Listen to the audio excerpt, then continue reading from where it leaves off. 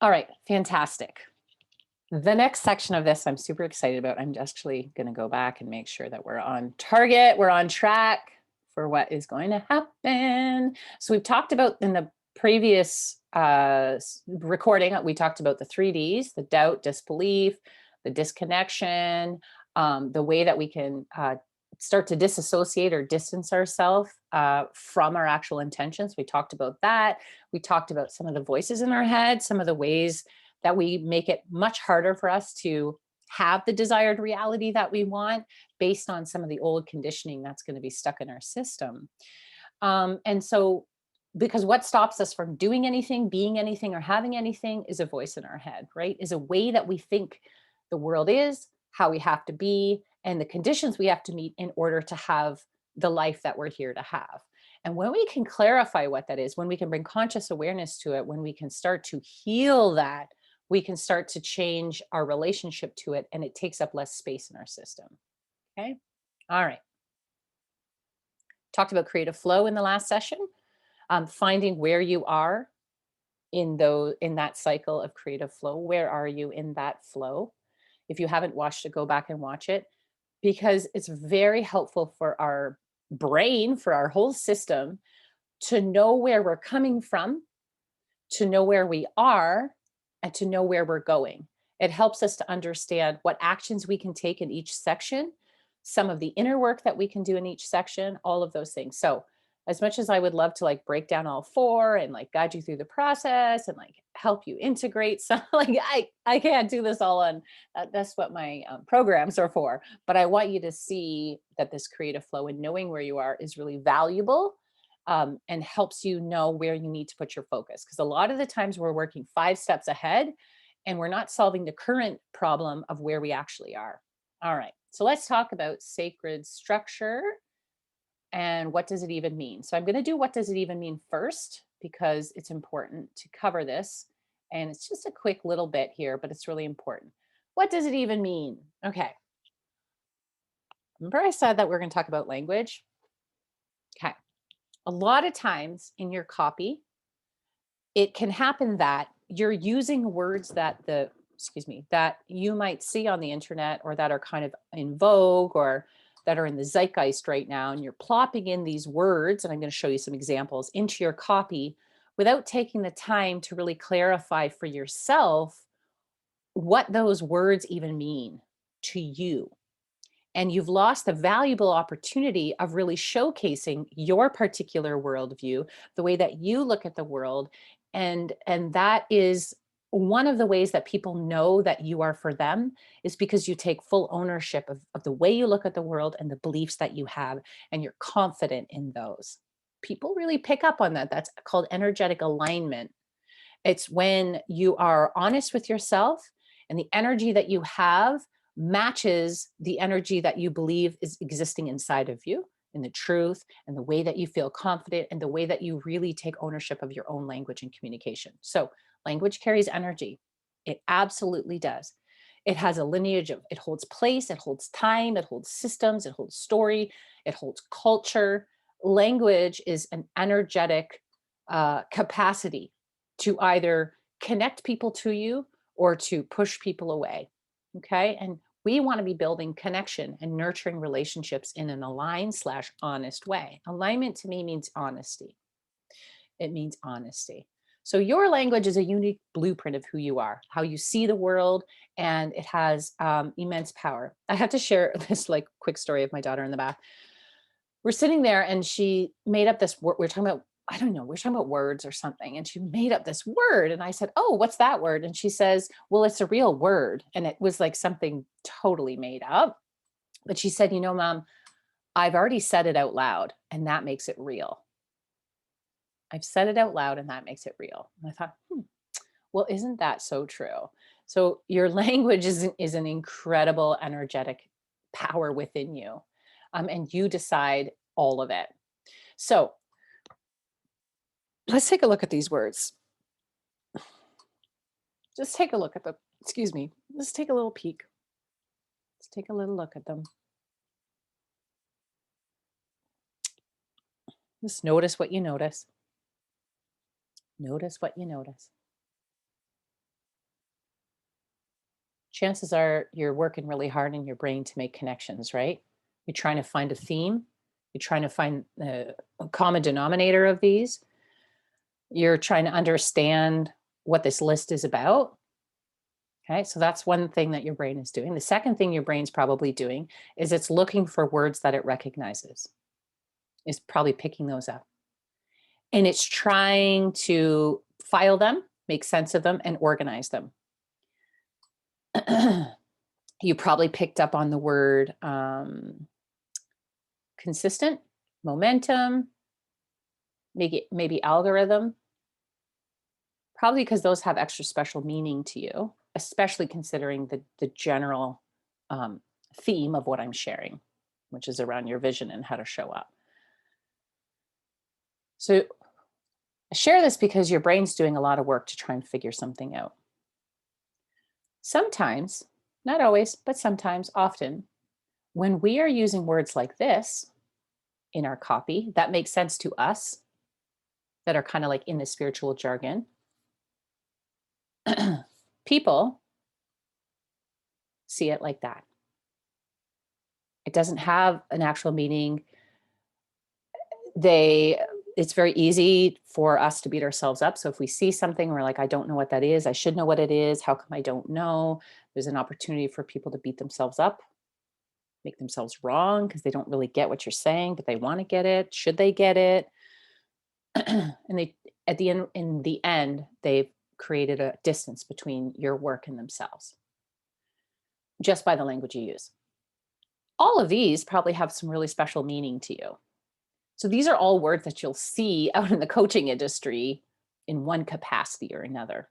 None of them are wrong. I'm not saying don't use any of them. I use some of them. In fact, my last group program was called Reclaimed. What I'm imploring for you today is you need to know what these mean to you. You need to have your own understanding of them, your own unique definition of them when you're using them in your copy.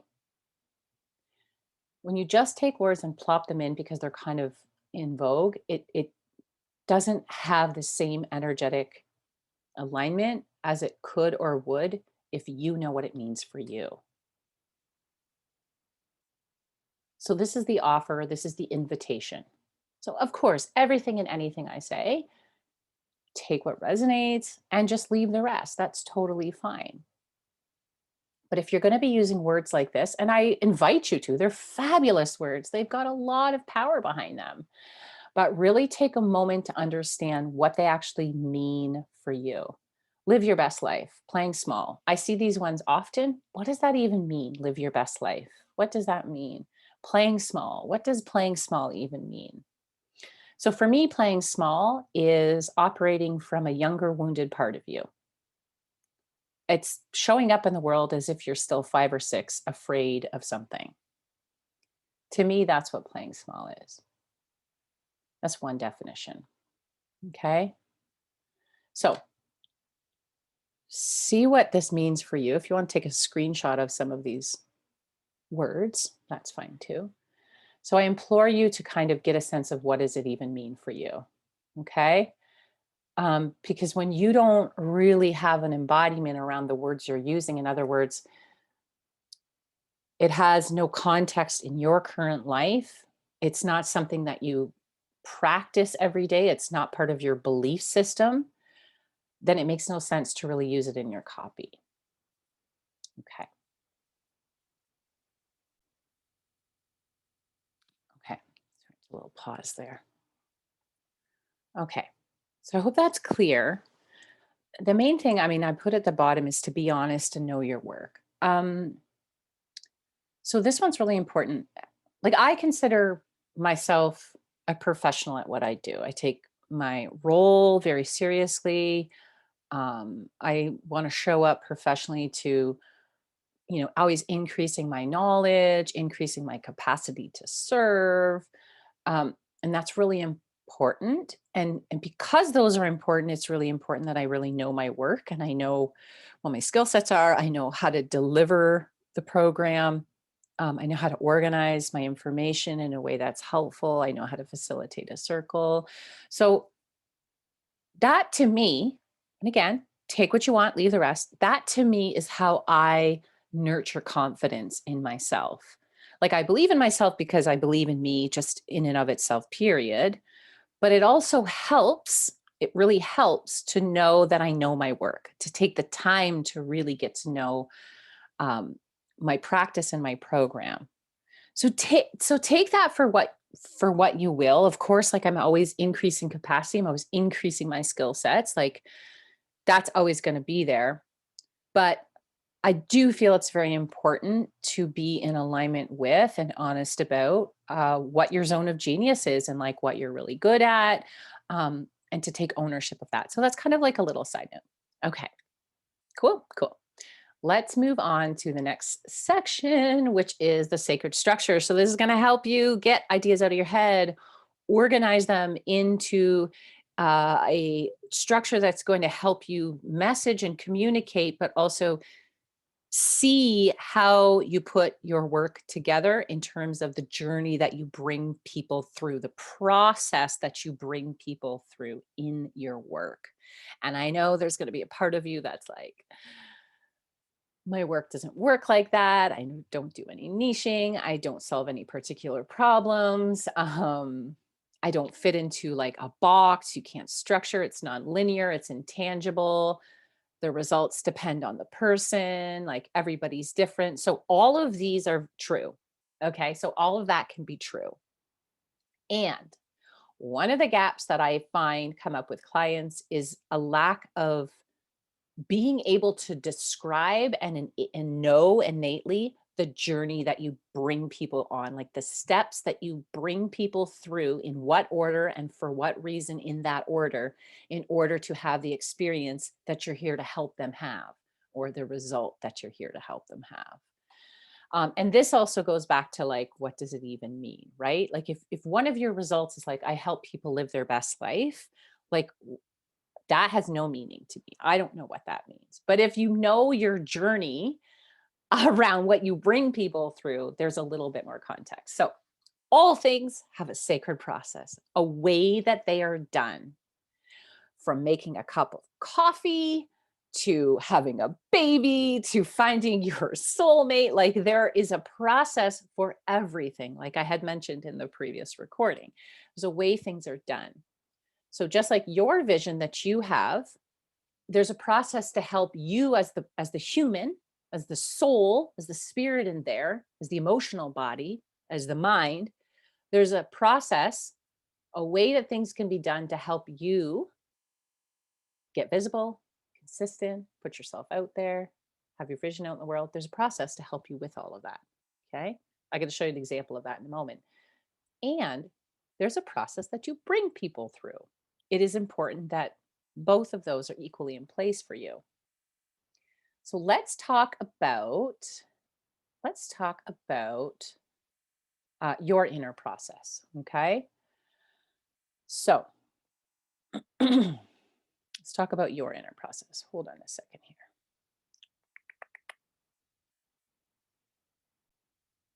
Okay. Back again. So I just had to pause. Okay. So I'm going to do two things at once. I'm going to show you the journey that I take people on as an example so you can see. And at the same time, I'm going to illuminate how this can be a process for you to get clear and build confidence and visibility and consistency putting yourself out there. Okay. So I'm going to talk about it like the journey that I take people through. And you'll start to see how this process can be a process for you, or parts of it can be, for you to feel safe and put your ideas out. We always need to know where we're beginning. So when people come to you, where are they?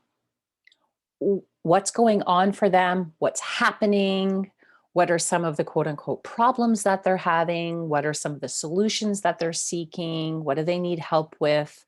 Where are they struggling? All of those bits. So I know when people come to me, they may say that they want clarity or they want to like get their ideas organized, and like that can all be true. But also what's happening is that there's something happening in themselves around feeling safe to have what they want, safe to feel their desire, safe to take and peel away some of the masks and filters that they use to stay safe in the world and really show up authentically as the truth of who they are and really know that it's safe to choose themselves and actually be that bright shining light that they are truly meant to be. So I always know when people are coming in, that's something that's going on with them. And so it's important that we start with getting a sense of who we really are, being able to notice the voices, notice the parts, um, see what comes up when we speak our truth and we say what we want and and we we share it out in the world, even if that's in our support circle. So being able to say what you want and being able to believe that you're the person that gets to have it is an incredibly powerful process. And it's a necessary first step. So we're always going to talk about who you are in relationship to what you want. And it's simple. Okay. So your steps get to be simple that you bring people through. So think about where people are when they come to you. And what's the first thing that you want to make sure that you attend to? I want to make sure that people attend to having a language to describe their experience. So we start with parts work. We start with talking about a particular modality, a particular way of dealing with the voices in your head. And I know that it works. From there, we're able to have a language around and a process for healing and we start to repair the relationship between the voices in our head and the truth of who we are. We start to reclaim the divinity that we are. We start to um, do the deeper healing that's really necessary for us to be able to have a healthy mindset, take healthy risks, set realistic and hit realistic goals. All of those pieces are really important. Feel confident in our program that we're here to offer the world, whatever that is, right? Because it doesn't do you or the world any good if you've got great ideas, but you're not executing any of them, right? It's just going to keep you perpetually questioning, I'm not good enough. So we make sure that these first two steps are incredibly important and necessary. From there, guess what's possible? You can express yourself with more clarity. You can feel more confident. Sorry. So sorry, I have to keep starting and stopping here. I have somebody popping by soon. So when you have these first two steps, now you can feel safe about expressing your truth, expressing yourself confidently, putting your message out there, clarifying your message, taking action because now you believe there's a deeper level of belief that you are the person that gets to have this desire because we attune to that in the very first stage. Okay, now it makes sense that you are having some results, that things are happening, the needle is moving.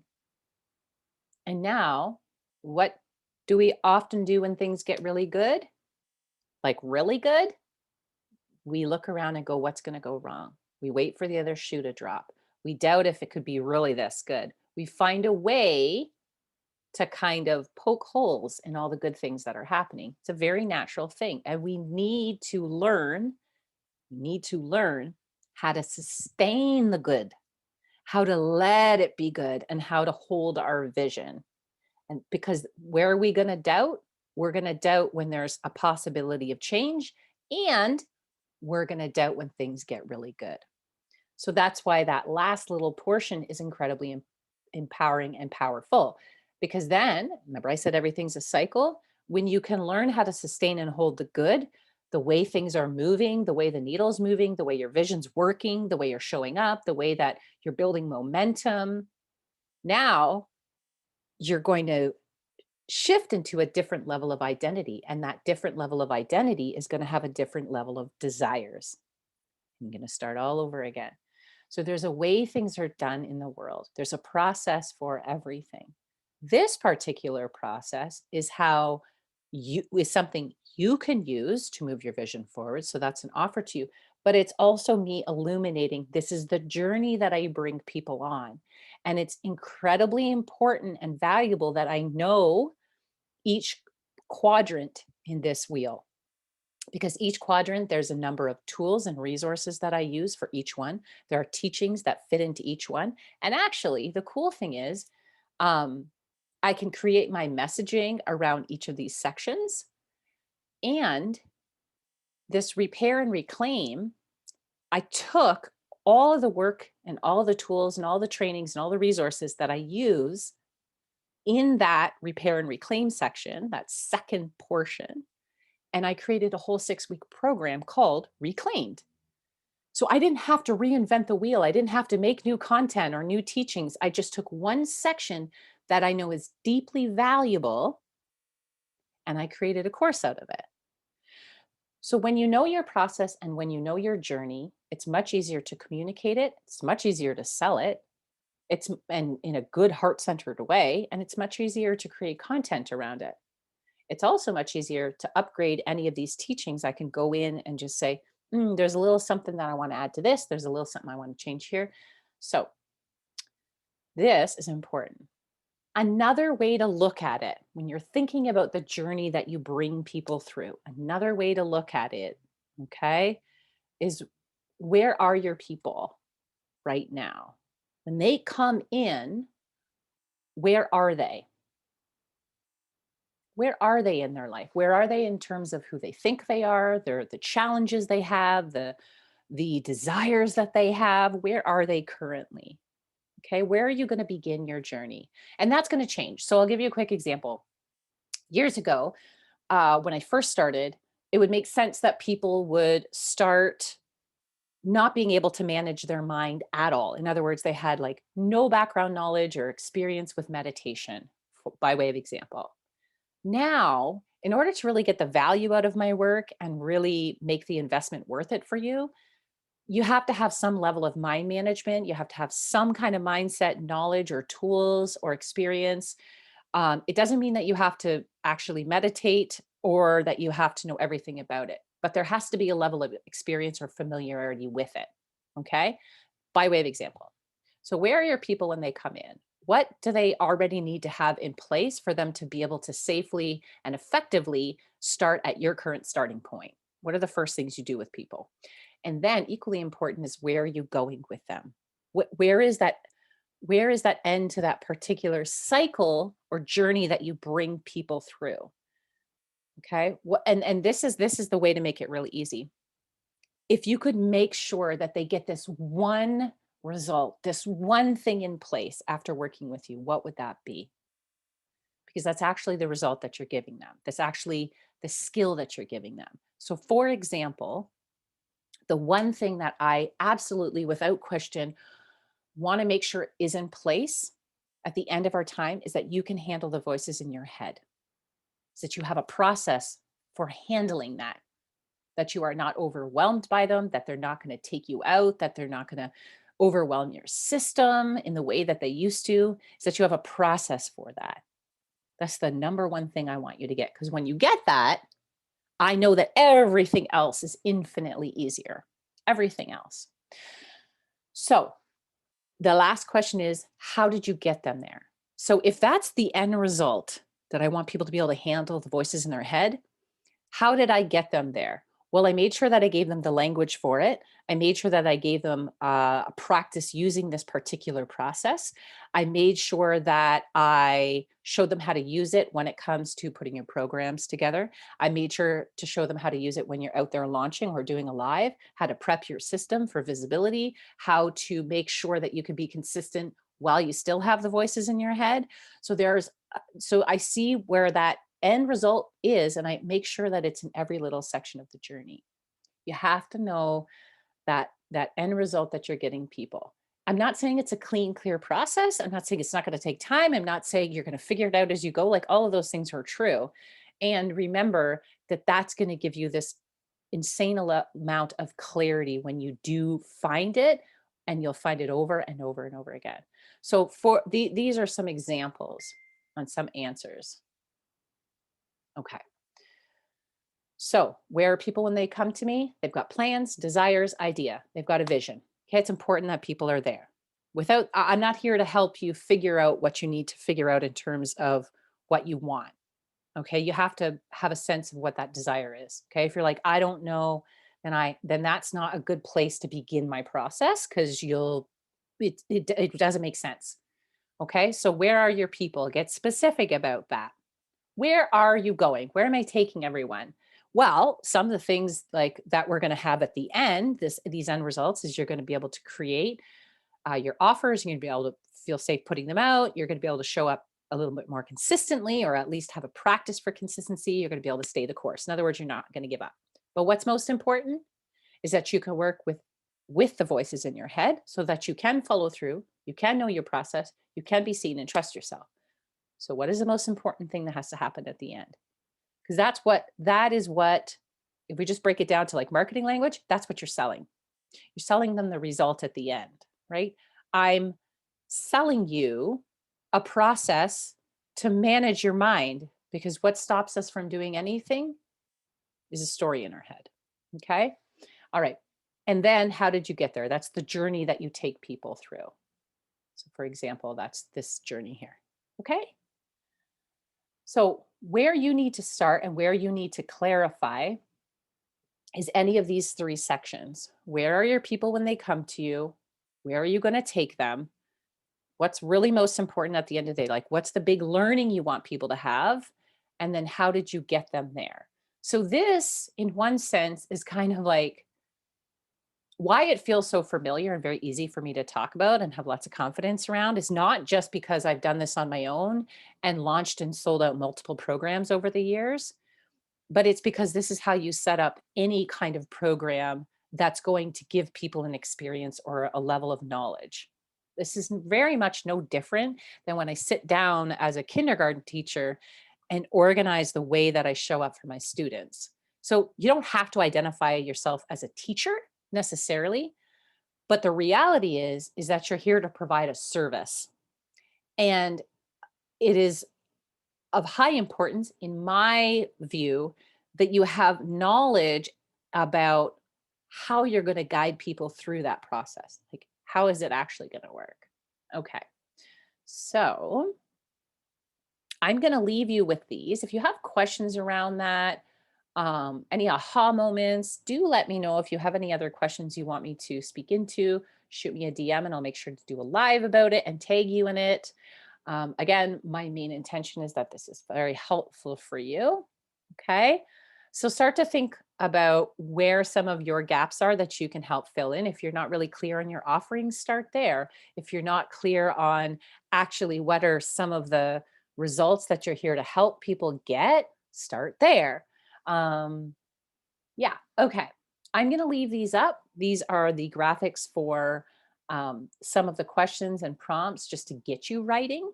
So I'm going to leave this up, and then I'll switch the slide so that you can either screenshot it or take a picture on your phone. That works too. If you're not on my email list, well, you are on my email list. So you would have this in the first email after you signed up. So you will have a copy of this. And here's another one.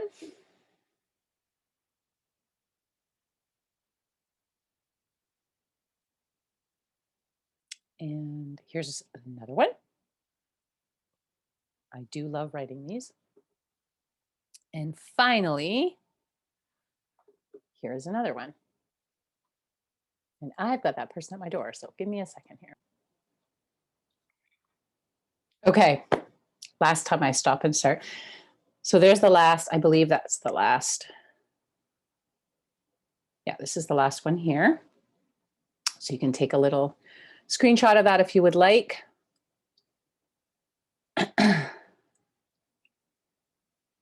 So these are to help you just get into the writing for yourself. Maybe some of it's for your content, maybe it's not. So that is the end of what I wanted to show you today. I can't possibly cover all the things that need to be covered because there's multiple parts, but it's important that you get, my main thing I want to make clear is that when you get clear on what your journey is that you bring people through, the easier it is to be able to market it, sell it, get convicted, stand behind it. I also get